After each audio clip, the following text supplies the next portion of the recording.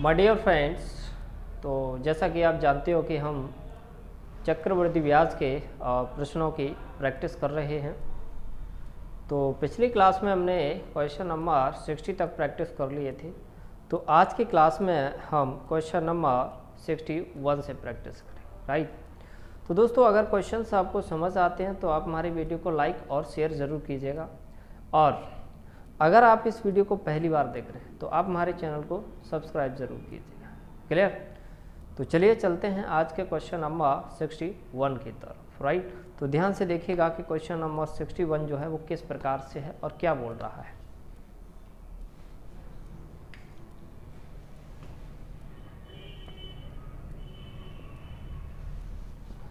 देखिए, question number 61, 13% वार्षिक ब्याज की दर को यदि अर्धवार्षिक संयोजित किया जाए तो प्रभावी ब्याज की दर ज्ञात करें। अच्छा, देखिए दोस्तों, ये क्वेश्चन हमारा बिल्कुल उसी के जैसा है जैसा हमने 65 सॉल्व किया था, राइट। तो चलिए फिर भी मैं इस क्वेश्चन को सॉल्व करा देता हूँ। देखो, जो रेट है हमारी वो कितनी दे रखी है, 13%। समझना अच्छे से। अगर मैं रेट की बात करूँ तो रेट जो है वो दे रखी है 13%, ठीक है। रेट की अगर हम बात करें तो ये दे रखी है हमारी कितनी, 13%, लेकिन वो हाफ ईयरली में पूछ रहा है, ठीक है। तो अगर हम बात करें हाफ ईयरली की, हाफ ईयरली में क्या हो जाएगा दोस्तों, आधी हो जाएगी रेट, यानी कितना हो जाएगा 6.5%। अब ये क्या हो जाएगी हमारी हाफ ईयरली, ठीक है दोस्तों, और ये हमारी क्या हो जाएगी हाफ ईयरली, राइट। बस इसके बाद मैंने डायरेक्ट निकालना सिखाया था रेट को। कैसे निकालना सिखाया था, देखो 6.5 प्लस 6.5 प्लस 6.5 इंटू 6.5 अपॉन कितना आ जाएगा 100। तो ये हो जाएगा हमारा कितना 13, ठीक है। प्लस इसका जब आप ये क्या बनेगा हमारा 6.5 का स्क्वायर, ठीक है, अपॉन कितना ले लो आप 100। तो ये हो जाएगा हमारा कितना 13 प्लस ये हो जाएगा हमारा कितना 25 और 42, ठीक है दोस्तों, अपॉन कितना 100। उसके बाद जब यहाँ से आप 2 जीरो हटाओगे तो देखो ये हो जाएगा 13 प्लस, तो ये हो जाएगा 0.42 और 4225, तो ये हो जाएगा हमारा 13.42। दशमलव के 2 अंक होते हैं। क्लियर? तो आप देख सकते हो, यानी कि ऑप्शन नंबर डी जो है वो हमारा राइट आंसर। क्लियर? तो चलिए एक बार और इसको रिपीट कर देते हैं। वैसे तो सिंपल है ये क्वेश्चन बहुत ज़्यादा। देखिए, रेट वैसे हमारी कितनी दे रखी है 13%, लेकिन उसने हाफ ईयरली में पूछा है। हाफ ईयरली में तो रेट हमारी 6.5% होगी। हाफ ईयरली में क्या होता है दोस्तों, जो रेट है हमारी वो आधी हो जाती है, राइट। तो रेट हमारी आधी हो गई, यानी कि 13 का आधा जो है वो हमारा हो गया कितना 6.5 हाफ ईयरली में। तो हमने इसको जब रेट निकालना मैंने सिखाया था पिछले वीडियो में भी, हमने इसी प्रकार से क्वेश्चन किया था। 6.5 प्लस 6.5 प्लस 6.5 इंटू 6.5 अपॉन 100। बाकी इसको तो सॉल्यूशन आप कर ही सकते हो। क्लियर? तो जो हमारा सही आंसर है वो कितना आ चुका है 13.42%, यानी कि ऑप्शन नंबर डी जो है वो हमारा राइट आंसर है। क्लियर? तो अब आप इस क्वेश्चन को नोट कीजिए, फिर उसके बाद हम क्वेश्चन नंबर 62 को सॉल्व करते हैं। क्वेश्चन नंबर 62 स्टार्ट करने से पहले मैं थोड़ा सा आपको बेसिक बता देता हूँ। क्लियर? क्योंकि यहाँ से हमारे चक्रवृद्धि ब्याज और साधारण ब्याज पर आधारित प्रश्न चालू हो जाएंगे। क्लियर दोस्तों? जो कि मोस्ट इम्पोर्टेंट है और परीक्षा में बहुत ज़्यादा पूछे जाते हैं इस प्रकार के क्वेश्चन, चक्रवृद्धि ब्याज और साधारण ब्याज के अंतर पर आधारित। तो देखिए, जैसे अगर हमारे पास चक्रवृद्धि ब्याज यानी कि CI माइनस SI, अगर इसका डिफरेंस D दे रखा है, ठीक है, तो अगर हमें 2 साल का, ध्यान समझना, अगर 2 साल की राशि पूछता है, समझना ध्यान से, 2 साल की अगर वो राशि पूछता है तो हमारा जो फॉर्मूला है वो होता है D इंटू 100 अपॉन का स्क्वायर, ठीक है। नेक्स्ट, अगर वो 3 साल की पूछता है तो ये हमारा होता है D इंटू 100 अपॉन R का स्क्वायर इंटू 1300 प्लस आर। ठीक है, तो अगर 2 साल की वो राशि पूछता है तो उसके लिए हमारा जो फॉर्मूला होता है वो होता है डी इंटू 100/r का होल स्क्वायर। 3 साल की अगर वो राशि पूछता है जहाँ पर हमें डिफरेंस दिया हो, ठीक है, साधारण ब्याज चक्रवृद्धि ब्याज का और रेट दी हो, तो हम इस फॉर्मूले से निकाल। अगर 2 साल का पूछता है तो इस फॉर्मूले से, 3 साल का पूछता है तो इस फॉर्मूले से, राइट। लेकिन फॉर्मूले को हम यूज़ नहीं करेंगे, हम विदाउट फॉर्मूले हैं सारे क्वेश्चन सॉल्व करेंगे। जहाँ ज़रूरत पड़ेगी वहाँ पर हम इस फॉर्मूले को यूज़ कर लेंगे, राइट। जैसे क्वेश्चन नंबर 62 क्या बोल रहा है, देखिए ध्यान से। क्वेश्चन नंबर 62 क्या बोल रहा है कि 2 वर्ष के लिए 12.5% वार्षिक ब्याज की दर से साधारण ब्याज और चक्रवृद्धि ब्याज का जो अंतर है वो कितना दे रखा है हमारा 625। तो वह धनराशि ज्ञात करें। देखिए सबसे पहली बात तो ये है कि आप रेट लिखिए यहाँ पे। अगर मैं रेट की बात करूँ तो ये दे रखी है हमारी 12.5%, और 12.5% का मतलब होता है 1/8। ठीक है, 1/8। और अगर हम टाइम की बात करें, देखो जैसे अगर हम टाइम की बात करें तो टाइम दे रखा है कितना, 2 साल। ठीक है, 2 वर्ष के लिए। तो यहाँ पर जो हम प्रिंसिपल लेट करेंगे वो क्या करेंगे, 8/2। वैसे आप जो चाहो वो मर्जी सेलेक्ट कर सकते हो प्रिंसिपल, लेकिन यहाँ पर थोड़ा सा इस प्रकार से जैसे मैं मान रहा हूँ उस प्रकार से मानने में ज़्यादा इजी हो जाता है क्वेश्चन। तो कितना हो जाएगा प्रिंसिपल हमारा 64। अब ये एक्चुअल प्रिंसिपल नहीं है, ये माना हुआ प्रिंसिपल है। ठीक है दोस्तों, तो फिर बोल रहा हूँ कि आप वैसे कुछ भी मान सकते हो, लेकिन इस प्रकार से हम मानेंगे तो क्वेश्चन हल करने में थोड़ा सा ज़्यादा आसानी होती है। ठीक, तो ये 8 का स्कोर हो गया बराबर 64। उसके बाद 2 साल का आप निकाल ही सकते हो, मैंने निकालना सिखा दिया है 2 साल का। कैसे निकालते हैं, 2 ब्रैकेट बना हुआ, ठीक है। तो 64 का अगर हम 1/8 निकालते हैं तो 8 आएगा, 8 का 1/8 निकालेंगे तो यहाँ पर 1 आएगा। ठीक है, सॉरी यहाँ पर कितना आएगा, 1। अब समझना ध्यान से लिए, पहले साल के लिए साधारण ब्याज और चक्रवृद्धि ब्याज सेम होता है, तो पहले बैक्स को छोड़कर जो भी हमारा बचता है वो हमारा साधारण ब्याज चक्रवृद्धि ब्याज का अंतर होता है। तो हमारा जो साधारण ब्याज और चक्रवृद्धि ब्याज का जो अंतर आया है वो कितना आया है, 1। लेकिन क्वेश्चन में कितना दे रखा है भाई, 625। तो 1 की वैल्यू हमारी 625 है, हमें निकालना है 64 की वैल्यू। तो 64 की वैल्यू निकालेंगे तो कितना हो जाएगा, 625 × 64।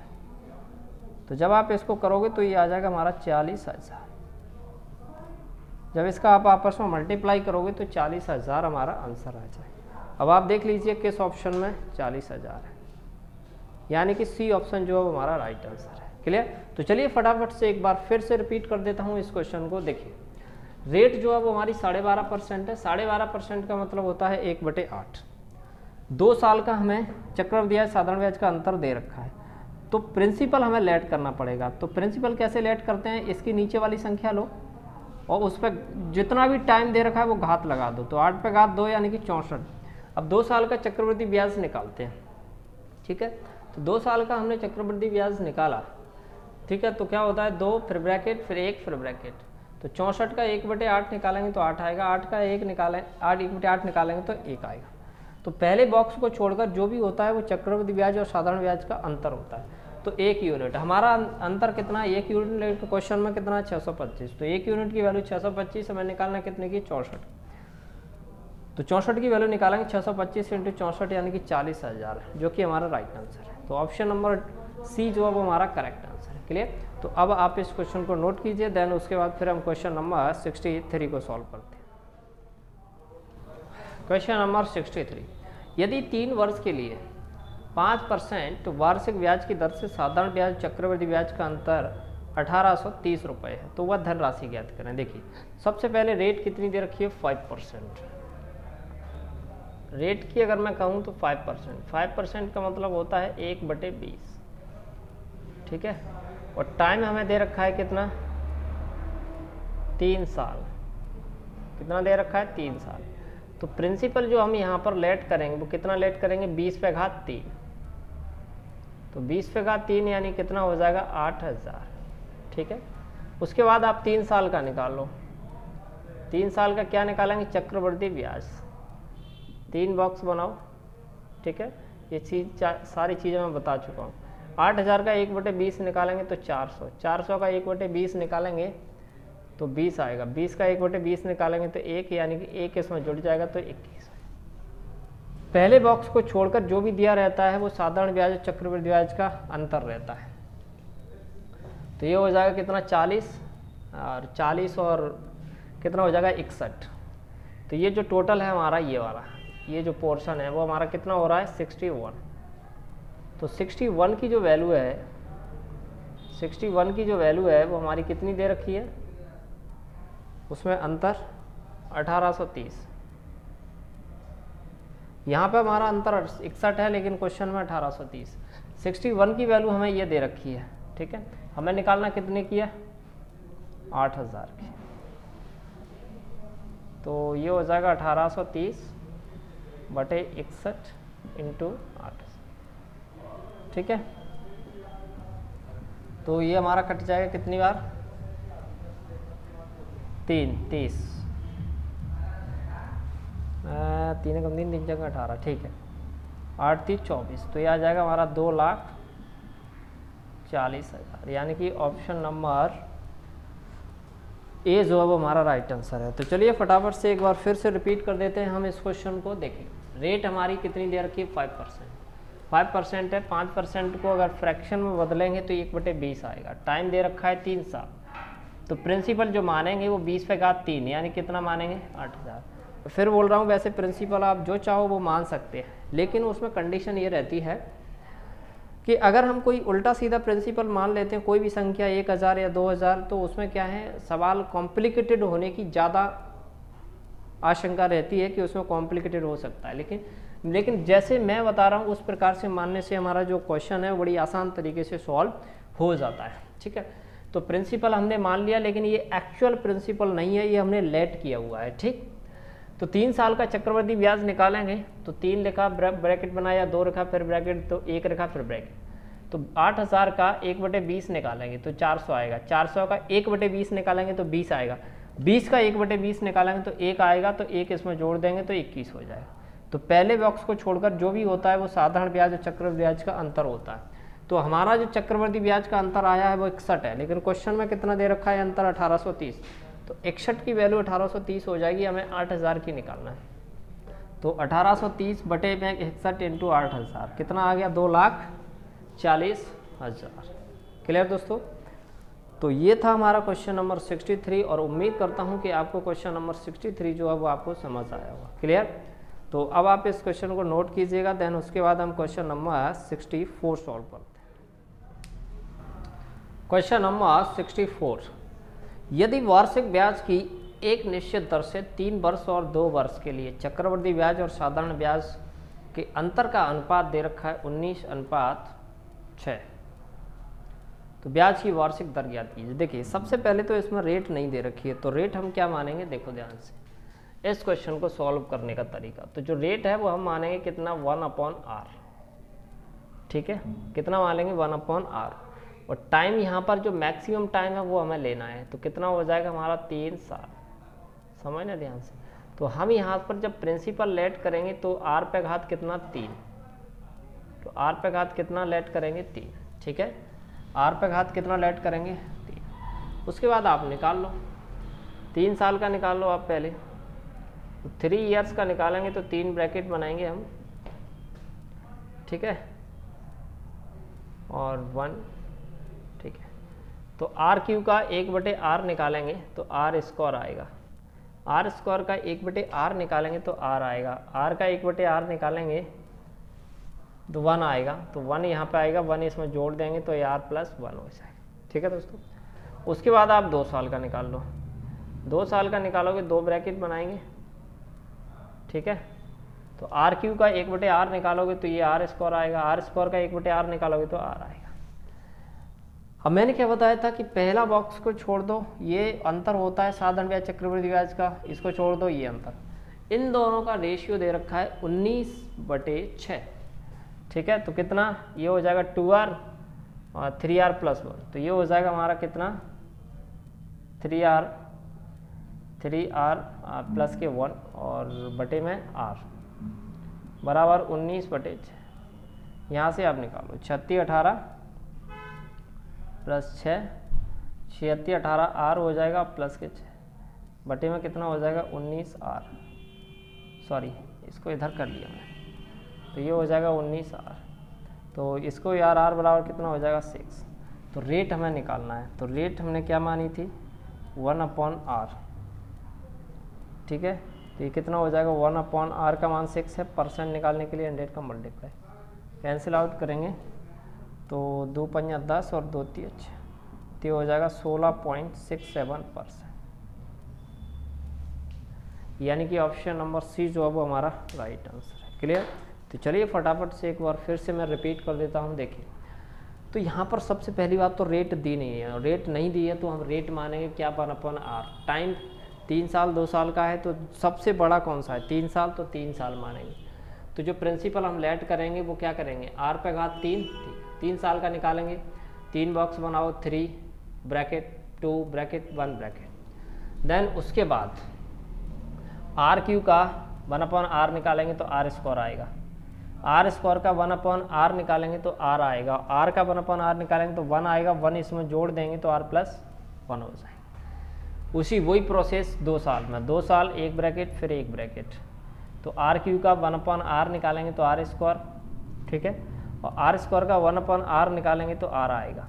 तो जो पहला बॉक्स होता है वो कट करना पड़ता है। उसके बाद ये 3 साल का साधारण ब्याज चक्रवृद्धि ब्याज का अंतर है और ये 2 साल का साधारण ब्याज चक्रवृद्धि ब्याज का अंतर है।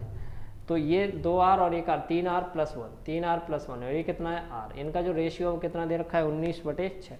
उसके बाद यहाँ से r का मान निकालो 6 आ गया, तो रेट हमने क्या 1/r, यानी कि ये कितना हो जाएगा बताओ 1/6 और कैंसिल आउट किया तो 16.67%।